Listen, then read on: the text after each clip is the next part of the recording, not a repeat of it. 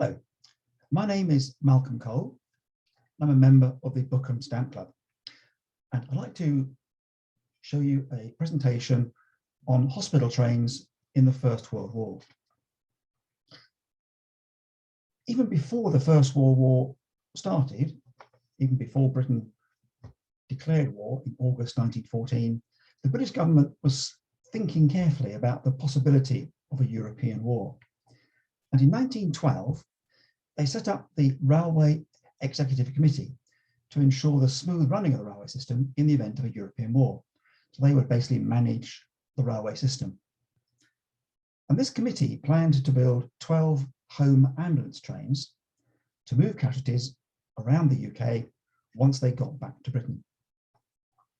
The logic being that as these Cinderellas from the Daily Mail and Evening News published at the time demonstrate, when soldiers were injured, they would normally be taken, if they were walking wounded, by their friends to the first aid post or the regimental first aid post, and then possibly by stretcher bearer if they were unable to walk, onto the regimental first aid post or casualty clearing station, where they would be treated, stabilised, and put on ambulance trains to come back to the French ports, and there across the Channel, and then across the English countryside. It's worth pointing out that the stretcher bearers in the First World War are undersung heroes, really. They actually saved many thousands, if not hundreds of thousands of lives simply by stopping casualties bleeding to death. At the First World War, it was the first time that stopping hemorrhage, which is severe bleeding, at the site of the injury or the place of the injury took place. This was a real turning point in medical treatment. At the time, it was believed that the French would provide enough trains to move the British, when they were wounded, from the casualty clearing stations or the base hospitals to the northern French ports for evacuation to England. And as this picture here, this postcard, which is published by the Locomotive Publishing Company, shows, home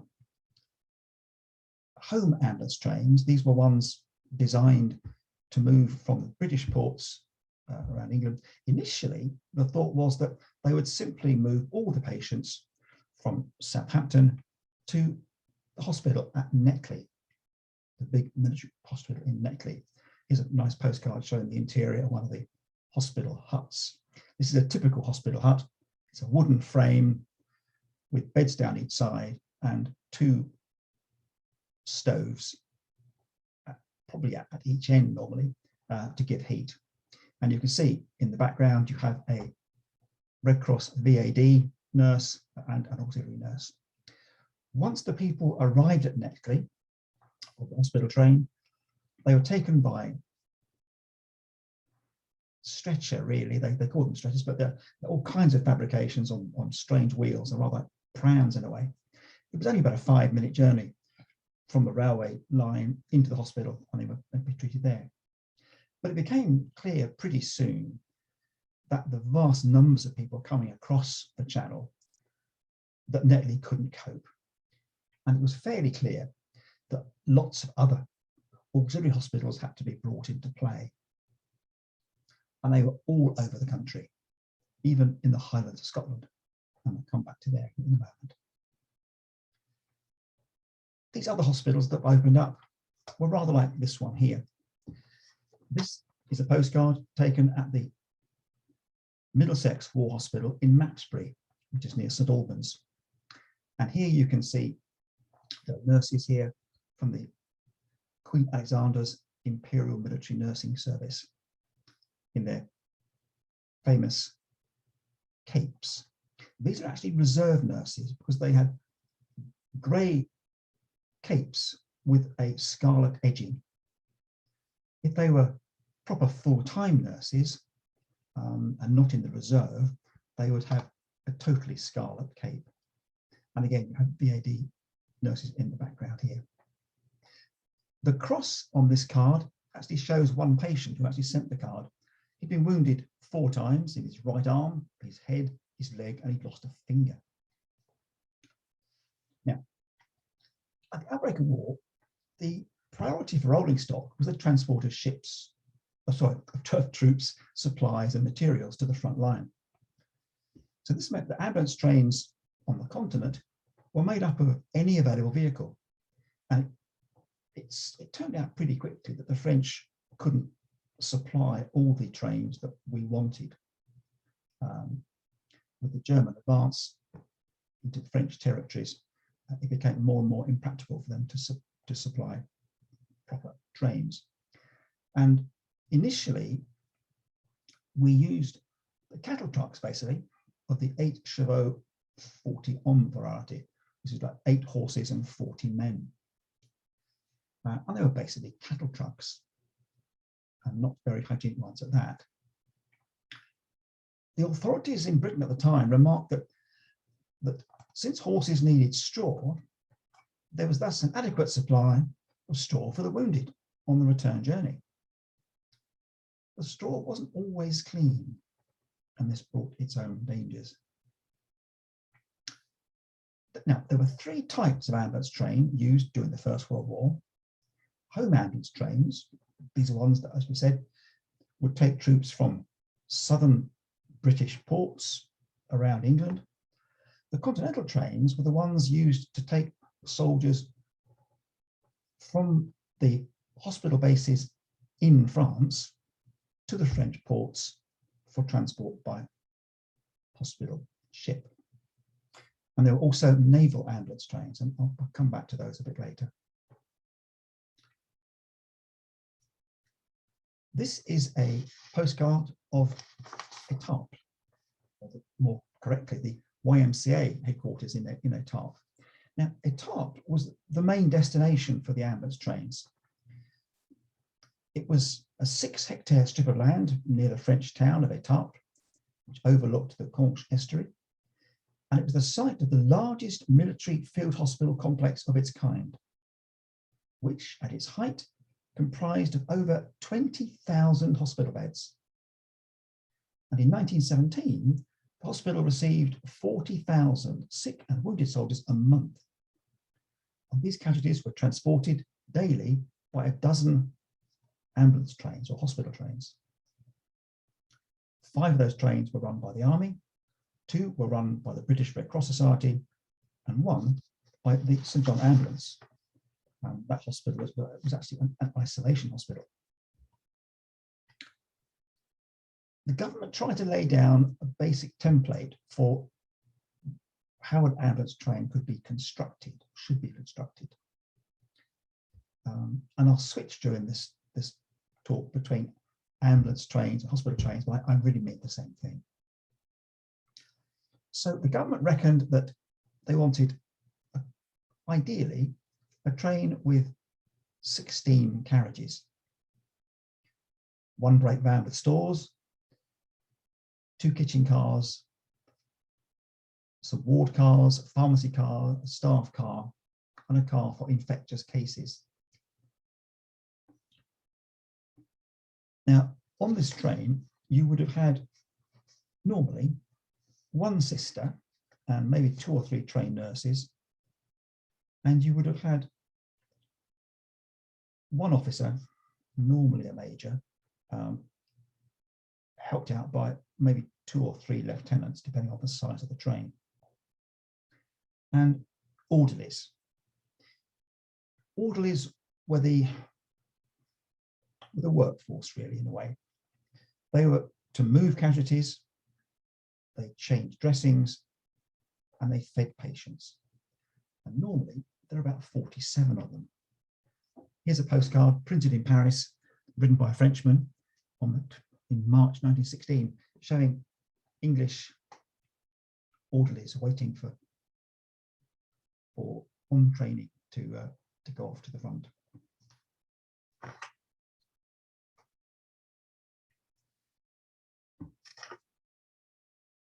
Home ambulance trains often had to visit the railway works at Wolverton quite frequently for disinfecting, because they were not very pleasant things after they've been filled with grubby soldiers. And trains that were carrying soldiers from the southern British ports up to the Scottish Highlands were often restricted to 7 coaches, because that was the maximum number of coaches that one locomotive could pull up the steep inclines of Scotland. Now, there's a big difference between the continental ambulance trains or hospital trains and the home trains. Continental trains really tried to cram the people in, and it became clear that we didn't have enough of them and we need to cram more people in. And the big difference is that in continental trains, there were normally 3 layers of beds. And in a home ambulance train, there were only 2, which was more comfortable. Here's a continental train here. So this would have had 3 cots. Here's an example. This is one of the regular postcards you can find if you look for them in fairs and things. And there are 3 levels of cot. And if you're at the top, it was a real struggle. And you can see they have straps at the top to try and haul yourself in on top of the top.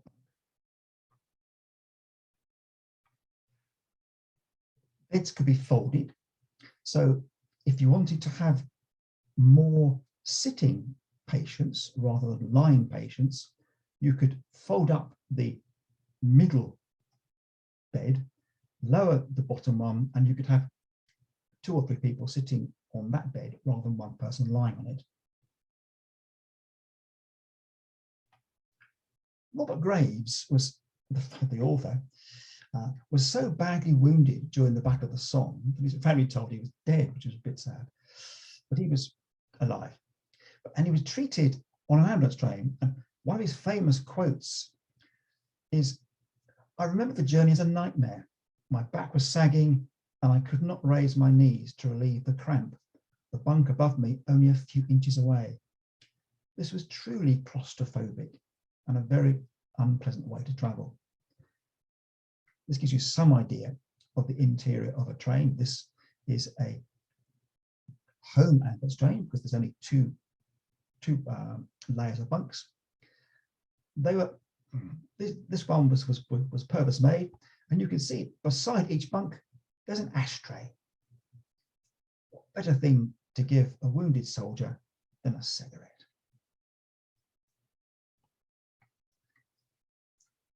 This quote is from a book which is based on diaries of nurses who worked in the Great War. They were bleeding faster than we could cope, and the agony of getting them off the stretchers onto the top bunk is a thing to forget. It was a real struggle to get them on to the top bunks.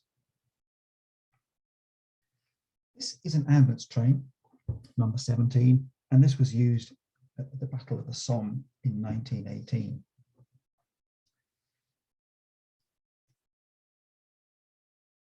And it was used on the 26th of March 1918 to travel from the casualty clearing station just outside Albert, and it went via Amiens to Rouen.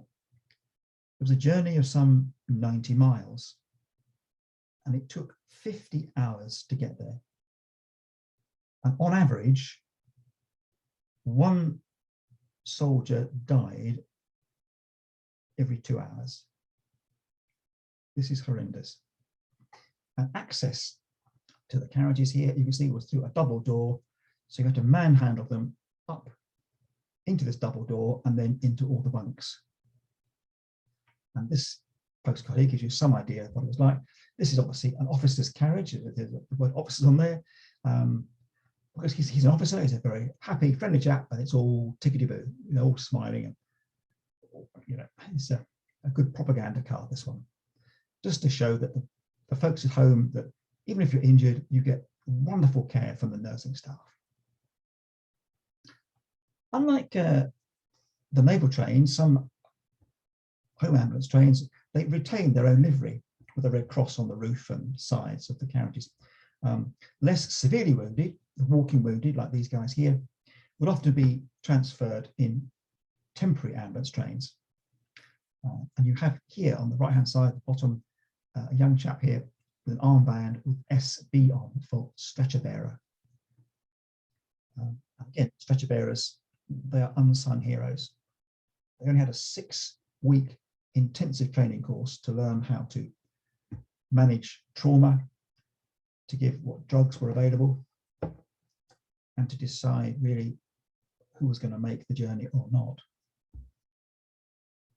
Now, coming back to the government plans, there were quite detailed plans. These come from the National Rail Museum up in York. This is a pharmacy car. So you have the pharmacy down on this end of the carriage here with a hot water urn, cupboards and shelves, a treatment room next to it with a table, with a sterilizer. Next to that is the office, the linen room and medical comforts, and a soiled linen bin there. Now, this table and treatment room here is this part here. The treatment table is looking slightly uncomfortable, as this postcard shows. Pretty uncomfortable. And if the train's moving, you could quite easily fall off, I would have thought. But there we are. This is the kitchen car. The kitchen was quite small in the middle part here. On the left-hand side, you have the beds for the cooks, and there were normally 3 cooks per carriage, per kitchen car carriage anyway. And at the far end, you had tables with hinge flaps for sitting sick officers. Now, the middle part here is the kitchen. Here's the schematic, and here's the real picture.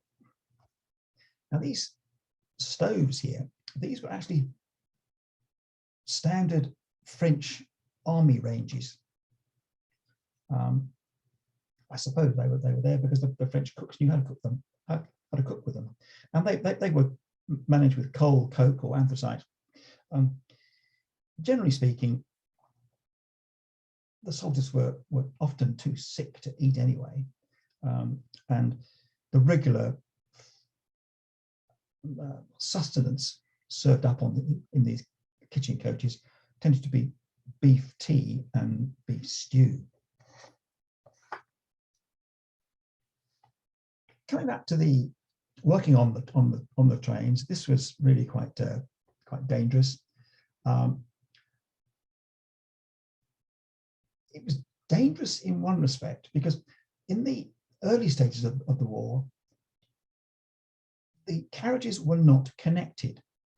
So, as I said, there were only 3 nurses normally per train, with one matron or what's called one sister in charge. And the nurses had to jump from carriage to carriage whilst the train was in motion, with a medical bag on their shoulder. If they did so at night, on the other shoulder, they had a lit hurricane lamp. These women were incredibly brave, incredibly brave. They worked through the night, and they ran the constant risk of catching lice or other infectious diseases, or being bombed, because there are cases where hospital trains and ambulance trains were bombed. When you think that people were injured in there's mud, there was tetanus was rife in the ground because of all the infection in the soil. They were often treated in the open, in the wind and the rain, and the trenches themselves were infested with rats and lice. And in fact, the nurses ran the risk of catching all kinds of things. From lice, you can get epidemic typhus, trench fever, and epidemic relapsing fever. And the nurses called these lice greybacks. There was a sort of nickname for them. Carriages for sitting casualties normally had a padding on plywood, but in the cases of very infectious casualties, the cushions will be taken away to enable the patient to sit on the plywood directly, which will then be washed and disinfected down afterwards pretty closely. And there were, incidentally, some areas in some wards, some ward cars, where the walls were padded if any soldier was suffering from shell shock and was likely to injure themselves. Because of all the lice and everything, and the fact that staff were often on the same train for years on end, they had to be careful of their clothing. Obviously, from the point of view of the casualties, the nurses would be cutting off clothing. They wouldn't try to take off trousers and shirts and jackets. They would simply cut them off. So there was a shortage of clothing for the casualties, and the clothing that the staff were wearing were getting more and more infected. So what happened then was this was where the VAD nurses came into play. Here's a postcard of Her Royal Highness Princess Mary, who served as a VAD nurse. As a personal note, I actually was a member of a VAD detachment back in the late 70s in Kent. So what the VADs were doing, both in France and the UK, they would often collect the clothing bags from the staff of the staff's clothing, take them away, would wash them, iron them, and when the train came back on its return journey, they would return the freshly laundered clothing to the members of staff, which was tremendous help.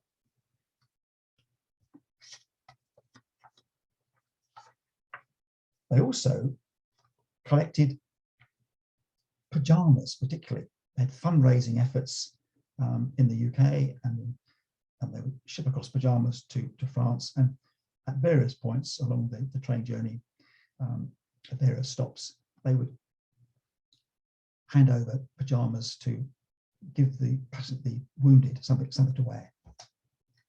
This again was a tremendous help, often overlooked.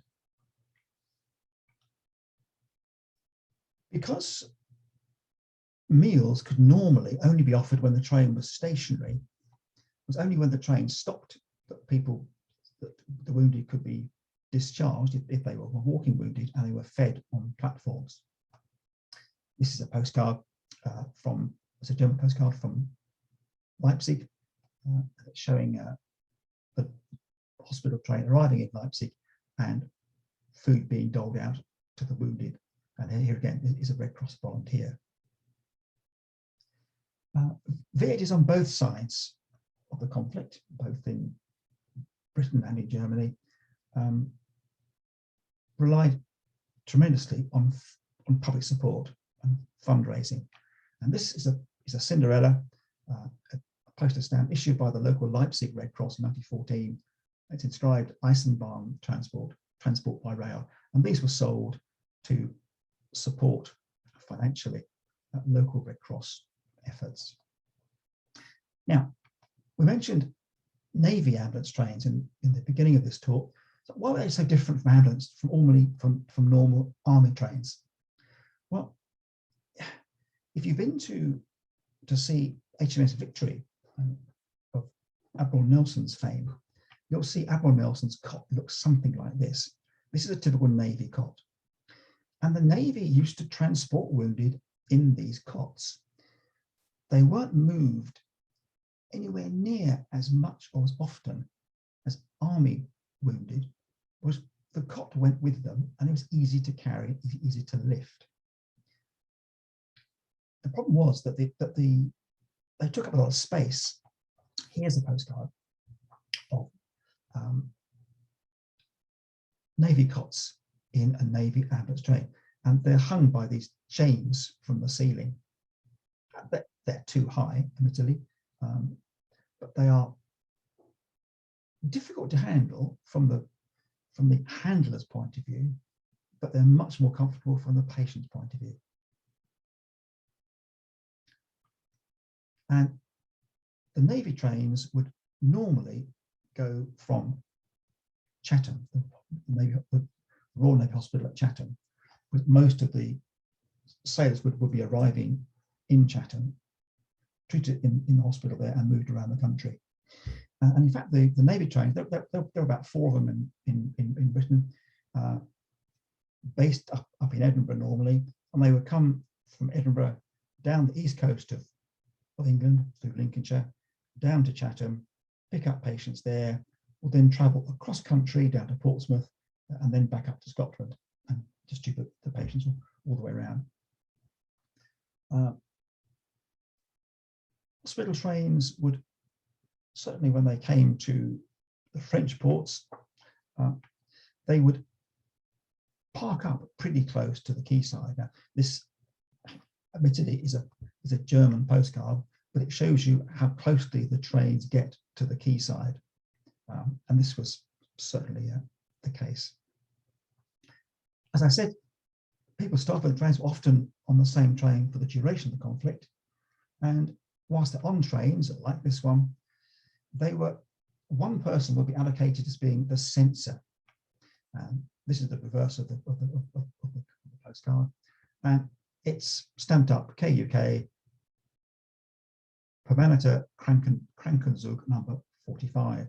So it was stamped here, permanent hospital train number 45.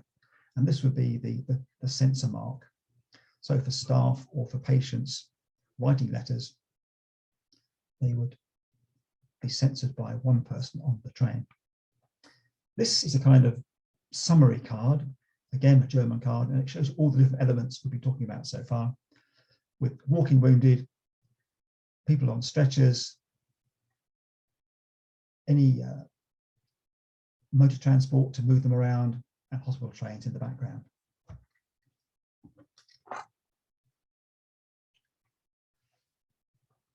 This letter, by way of a change, was written on YMCA paper, sent by Private Morgan Starbuck. No relation to the coffee, I don't think, to his father Caleb in New York. It was sent from the 305th Field Hospital, which is part of the 302nd Sanitary Train of the 77th National Army Division. Now, this is where people can get a bit confused, because the name train here identifies units that were assembled to support the entire infantry division. It's not one solitary ambulance train. It's rather like when you talk about field ambulance, if you're attached to a field ambulance, it doesn't mean you're attached to a specific vehicle. It's much more it's a number of vehicles, it's the numbers of hospitals and treatment centres and whatever. So beware of that. And that, folks, is the end of the line.